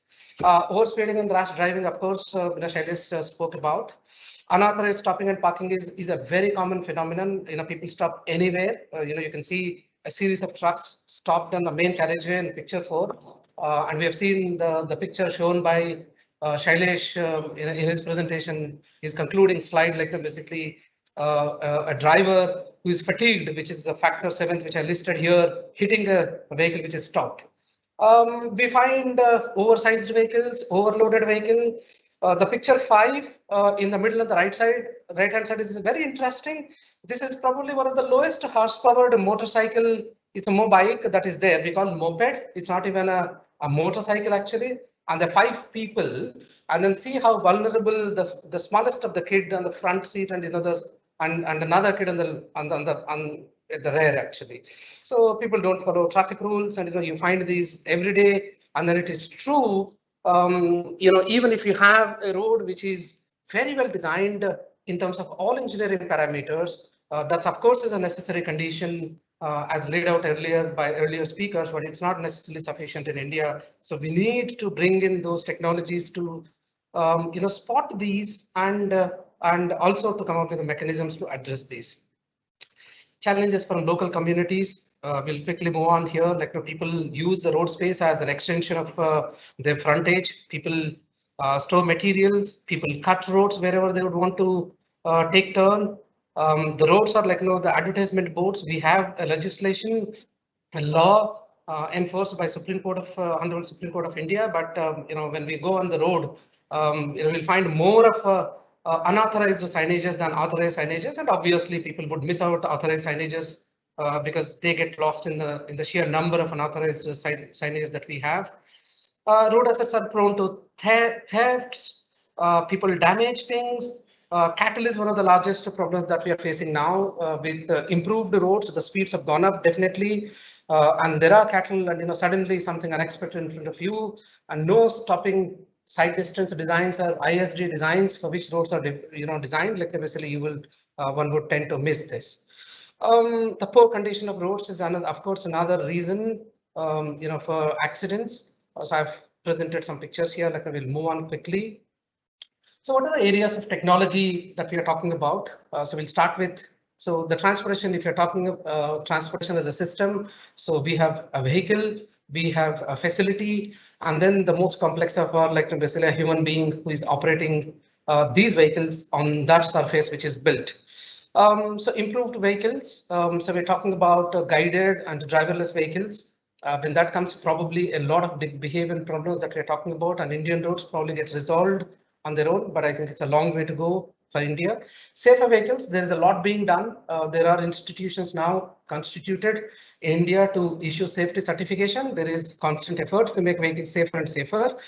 So we'll spend time on the second and third blocks that are presented here. Traffic flow and incident management. How do we manage traffic flow? How do we manage incidents using technology? How do we manage our assets better? Again, using technologies. We'll spend some time. And the culmination of these, of course, is creating a whole lot of road user information and presenting that to road users on a real time. So current efforts in India, I should say, are pretty advanced. Probably because of the complexities of an added dimension, which is the road user.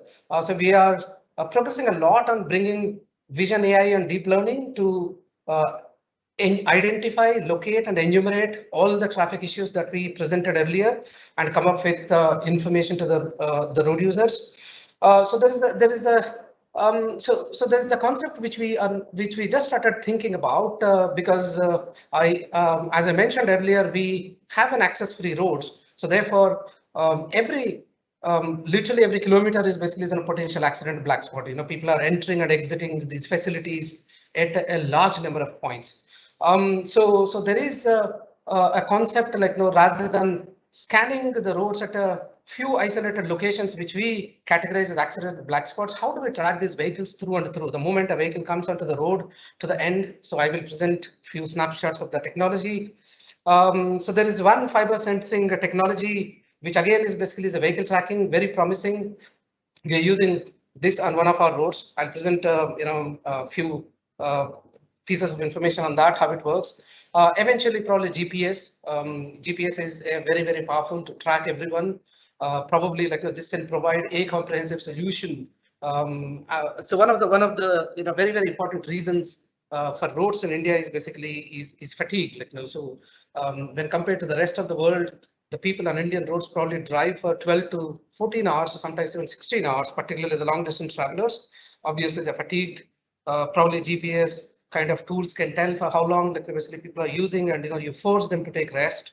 Some of those initiatives definitely are required if we want to ensure that the fatalities in India to reduce to 50%. So we'll start with some of these technology initiatives. So right now, the ministry made it mandatory to have intelligence on road space. So the current circular or the current mechanism says every kilometer, every square inch of the road should actually be under surveillance through what we call as the PTZ cameras. So these are cameras where you can focus, up to maybe 2 to 2.5 to 3 kilometers in daylight, probably anything between 600 meters to about 1.4 kilometers nighttime through infrared. So what ministry is asking is basically provide a camera in every kilometer and literally put the entire road space under monitoring for two purposes. One, we still do not have a lot of conjectures, a lot of theories. This might be leading to accidents, that might be leading to accidents. Probably these are the reasons for the conflicts, but it still is. So the reporting mechanism itself is very, very crude and manual. So we're working on data which do not have any, where there is no evidence. So the efforts are to create this database now and equip these roads with intelligent incident detection systems, video and otherwise. So as I said, CCTV and PTZ together with VIDS creates probably all this information for traffic management. The idea is to control the traffic as well as give the information to the road users. So we'll spend a little time on artificial intelligence, deep learning, what's happening here. So we have deployed on some of the cube roads fully intelligent vision-based traffic enumeration devices. So you just put camera and it keeps logging. For the last 6 months on one of our roads, the AI-based traffic device is logging traffic minute by minute. It's about 98 to 99% accurate now, daytime as well as nighttime, and it can enumerate traffic into as many number of classes as possible. So the idea is to deploy more and more of these and identify the flow differences and immediately alert the drivers who are entering into those spaces where probably the traffic is moving, traffic is dense, traffic is stopped. The state-of-the-art video incident detection systems to identify automatically the parked vehicles, the wrong side driving vehicles, the people who are fatigued. We are targeting to we have posed this problem to the people who are working with artificial intelligence, deep learning. Can you identify a person who is drunk in a traffic stream because he's no longer able to drive in straight lines? Can you identify a person who is fatigued because he's sliding on one side of the road and suddenly abruptly changing? Of course, some of these would be possible under a framework where the entire road is basically under surveillance. So we also moving to one of the points that we discussed earlier is one of the reasons for accidents is badly managed roads. There again, we are moving to a fully artificial intelligence based road surface condition mapping. So this is from one of our roads. So we're deploying these tools. I think that's going to be the landscape in future, in addition to the engineering to address all the other parameters which Shailesh presented to a large extent, and so I kind of reiterated them. So the VIDS, we are targeting to identify all kinds of anomalies in traffic flow. So I've listed all of them, so I don't think we need to go into great detail there. But everything, even if somebody is not wearing seat belt, can be identified. That's the target. I'll spend a minute or two here. It's a very, very innovative approach. It will be very useful for when we get to the era of driverless vehicles to guide vehicles in their own lanes, and otherwise for now also. So this is a very intelligent road stud created in Israel. It has 7 different sensors: electromagnetic, acoustic, and weather, everything. They are spaced at every 10 meters, and they continuously track each and every vehicle the moment it is there on the road. We can see here, if you see the second picture, one line is for each vehicle. Of course, it looks very noisy. It's longitudinally the vehicle is traveling from left to right. So that means the vehicle is moving towards one edge and coming to the other edge. So that's how it looks very noisy because of the scale. But with these studs now, you can actually literally track every vehicle.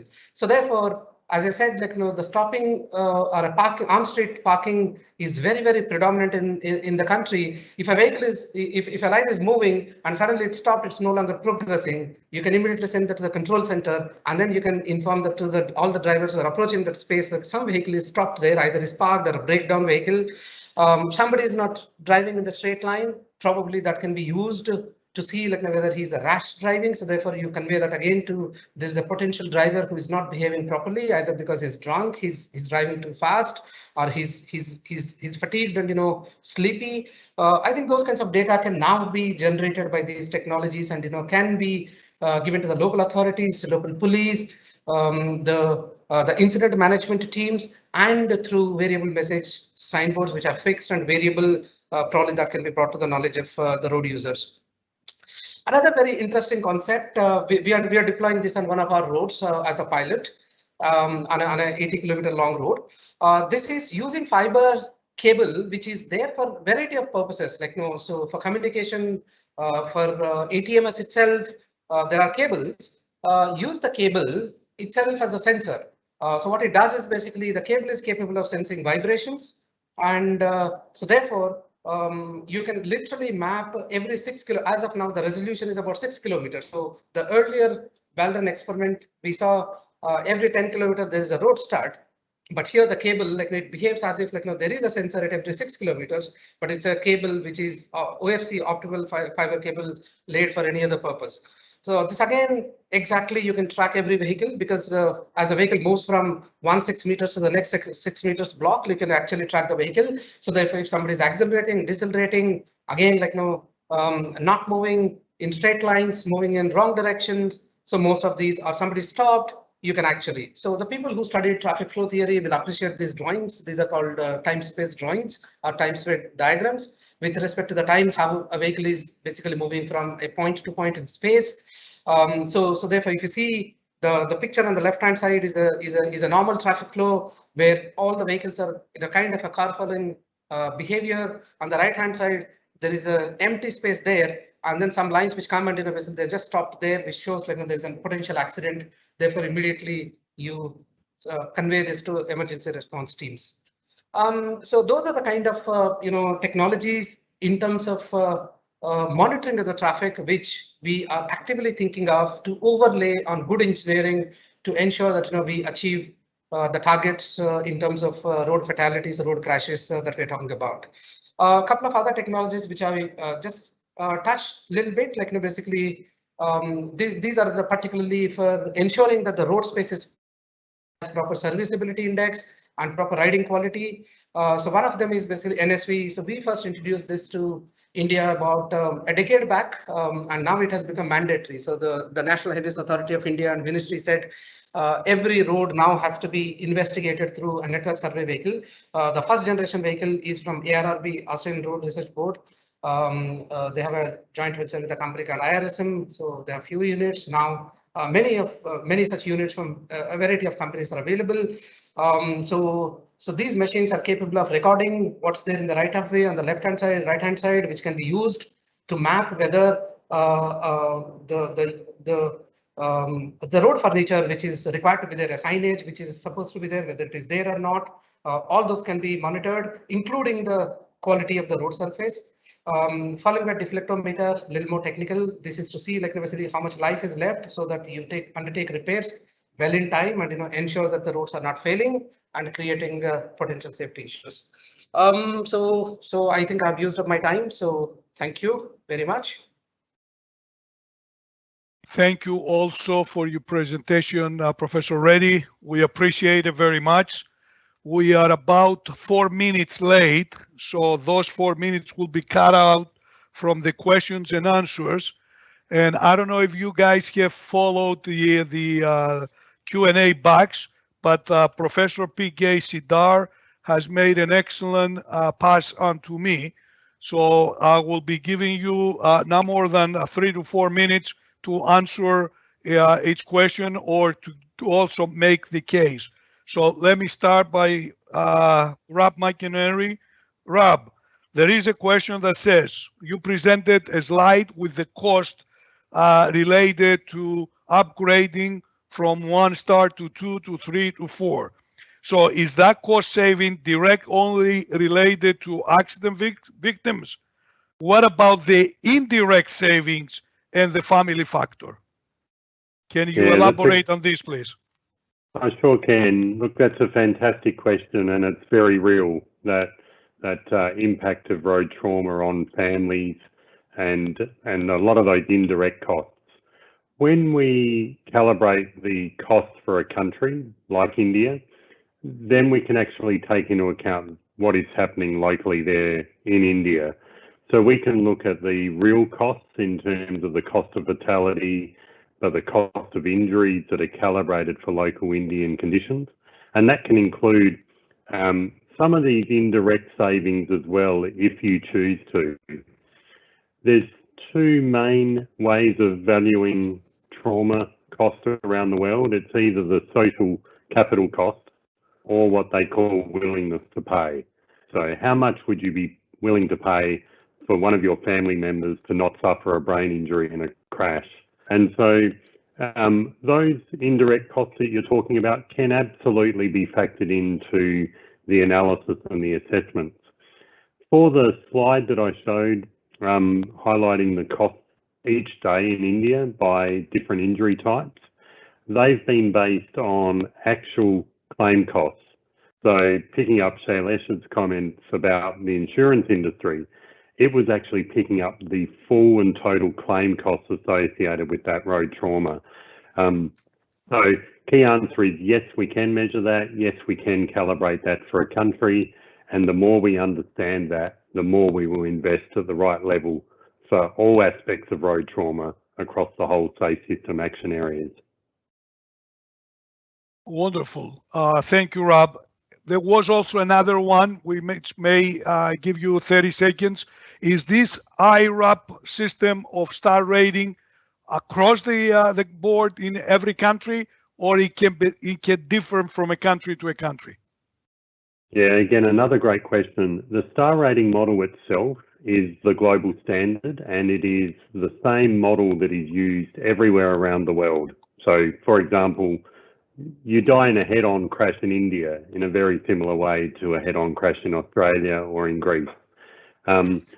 But what does change? So the model itself is identical. That is a 1-star road. What does change, though, is local calibrations for actual crashes. So if road user behaviour is a bit different in India, then those crash costs and fatality rates get factored in, and therefore the economic return on dividing a road in India may actually be a lot greater than it is in Australia because the road user behaviour is poor. So therefore that makes investing in infrastructure even more important. So yeah, one global model, but can be calibrated to a country based on the actual crash occurrence that's happening in each country. Thank you, Rob. Kostas, there is a question for you. You presented some temporary measures to separate construction from the operation road. And the question is that in India, the contractors use New Jersey barriers intermediately, which are more dangerous. And the question is, will we use water-filled barriers, or these soft kind of measures be more safer for the working groups, for users, and for everybody? In our case, generally, it's better to use for safety, for the protection of the construction site, New Jersey concrete barriers, and this is what we do for the separation and the protection of the workers. However, for the separation of the traffic streams, of the traffic of the two directions, we used light measures like bollards or cones. Everything was fixed on the pavement in order not to be moved by the wind, etc. Because we had a continuous changing of the traffic management. We have a continuous works to do. Sometimes the traffic plan that was implemented, it was for a few days, and then we should move the traffic arrangement to further in another location. So it was not possible time-wise, and it will be also unsafe if we use also for the separation of traffic, of the traffic directions, something more concrete barriers. Regarding the plastic barriers filled with water, okay, it is not I could use it for the separation of traffic for the short-term traffic arrangements. However, for the protection of the safety of the working site, I would prefer the concrete barriers. Understand, and I don't know how we will be upgrading 1 to 2 starts roads into 3 to 4 with all these measures. And imagine having 50% of the drivers not even have a driver license, right? So for Sales, I have a question that comes directly from World Bank. Here is what it says. I think they're a bit hurt by my comments about how long it takes to take a loan from the World Bank. Maybe that was the one, the motivation. But it says it's easy to blame the user for road crashes. We all do, and that's why we say the connected and autonomous vehicles will save everything, because we'll get the driver who is responsible for more of the accidents out of the wheel. So we are blaming the behavior. But however, the behavior is also a function of the infrastructure and the enforcement. And the license system has to be tougher, as you said. The enforcement and engineering have to be built to allow the right behavior. So the question is, when we have not been able to implement this high security license plate for all vehicles, how we will be able to achieve the refresher training for all drivers? That's the question. Right.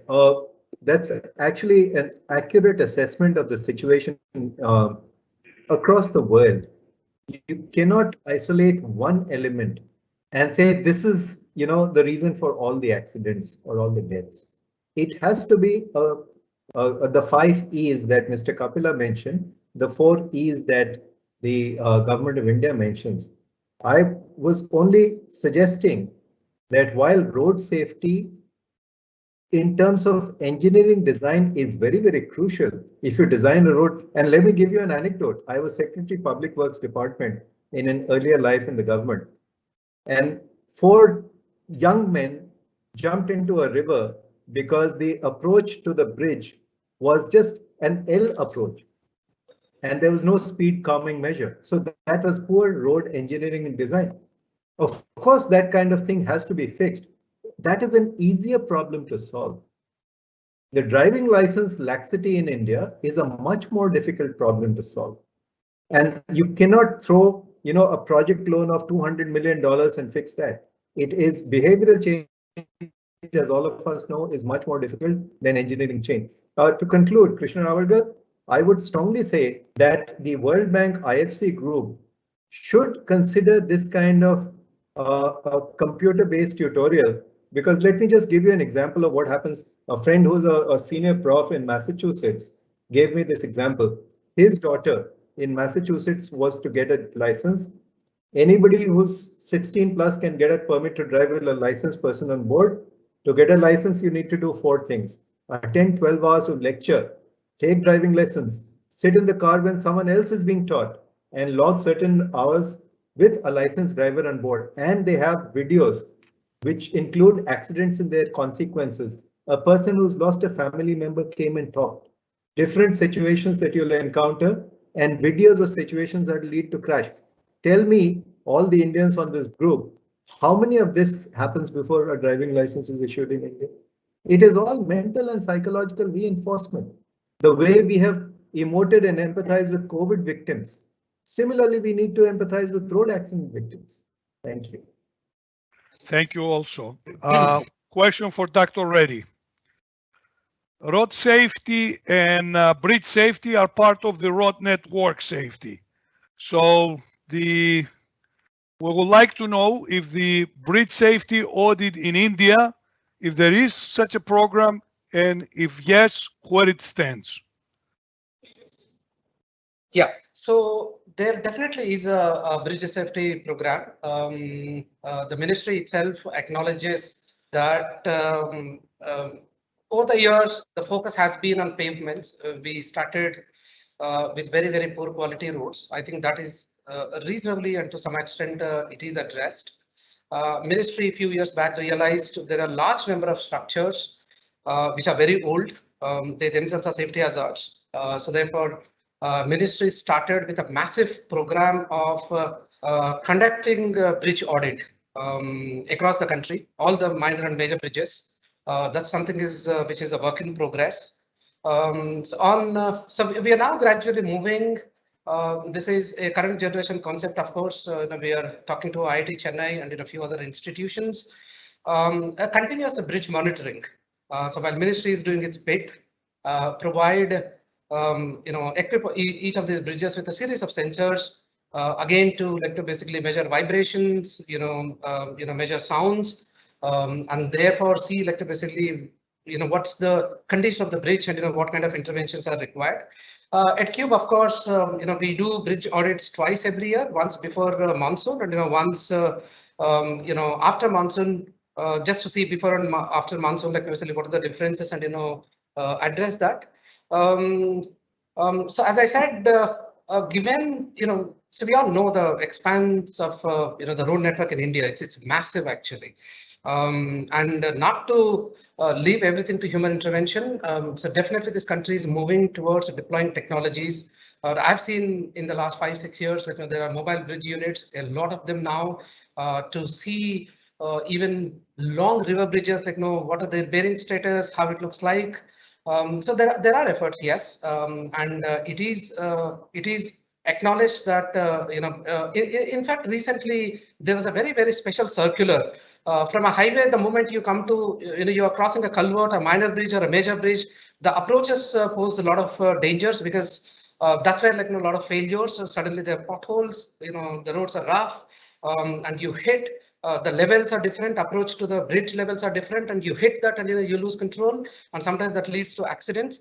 And that happens particularly when the driver is fatigued in the night. You're just driving and suddenly you hit something and you lose. You're trying to get into the focus, and in that process you actually lose control.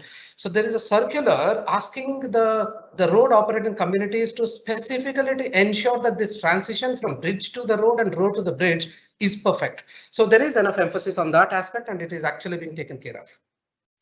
Great. I'd like to thank you all.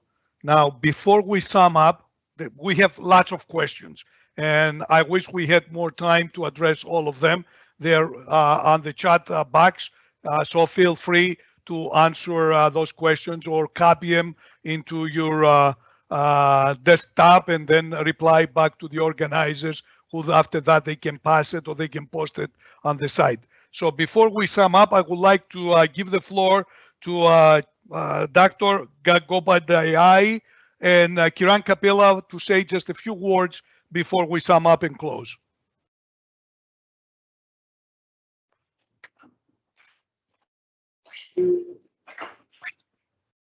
Anyone? I'd like to thank everyone for excellent presentations. Each one brought out his viewpoint very lucidly, and I am grateful to Bill for having conducted it so well and on time. My submission is that we will be preparing the recommendations and sharing with you all, and we would like to have a quick feedback from you so that we can complete the recommendations, which will eventually be sent to the Ministry of Transport, and after interaction with them will form part of the Road Safety Action Plan for India. So kindly assist us with the second part of this deliberation, which is equally important, so that when we finalize the National Action Plan, your inputs, valuable inputs, are included properly and coherently. Thank you. Thank you all. Jai Hind. Thank you very much, President Emeritus of IRF Geneva. The Chairman, the President of IRF India Chapter wants to say a few words before we close. I think I must thank all the speakers and the moderator. As Mr. Kapila has indicated, it was really an enriching session. And particularly, we are closing before the time. Still, we have 5 minutes. It is 6:40 now. So for that, special thanks because we are going before the time. And as it has been indicated, it will be part of the action plan, which we will be documenting and then submitting to the road authorities at various stages.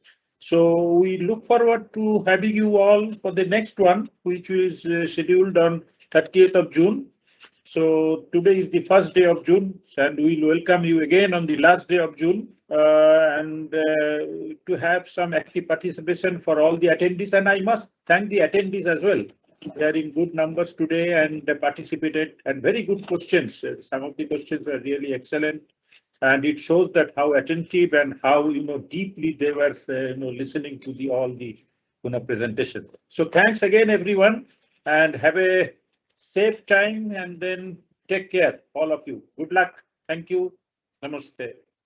Great. Now, in summing up, I like on my part to thank the India chapter for inviting me to moderate this excellent session.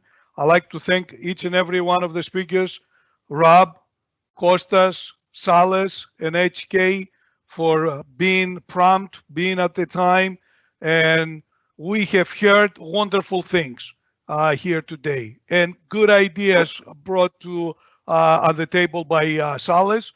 Sales, the only thing it's left now is to find the money to implement your ideas, right? So, but on the construction, you hear about how we can handle traffic in 1.2 billion euro project, maintaining existing traffic and upgrading. We also heard what's happening with traffic licenses and how people and the enormous percentage of people that they're driving without a license. The star rating system of IRAP may be now taking different paths, not only on the infrastructure, but also on the vehicles and on drivers, or on administrative measures that each and every association or each and every country has, on bridge safety and inspections and technology. Maybe artificial intelligence will help HK. So with that, I'd like to thank each and every one of you and make a plea that you join again IRF India chapter for the 6th webinar. The 6th one will be on the 30th of June. So we got 1 full month ahead of us. And the seminar, the webinar will be addressing accident and crash data collection and management. Because we all know, and IRF says that you cannot make an educated decision without having good data. So accident and crash data will be fundamental for any kind of engineering approach or any kind of administration in creating a plan for updating traffic safety. Again, thank you all. I've been a great supporter of these sessions, and I like to say good evening, good afternoon, and good night to Rob in Australia. Thank you all. Namaste. Thanks, Bill. Thank you. Thank you, everyone. Thank you.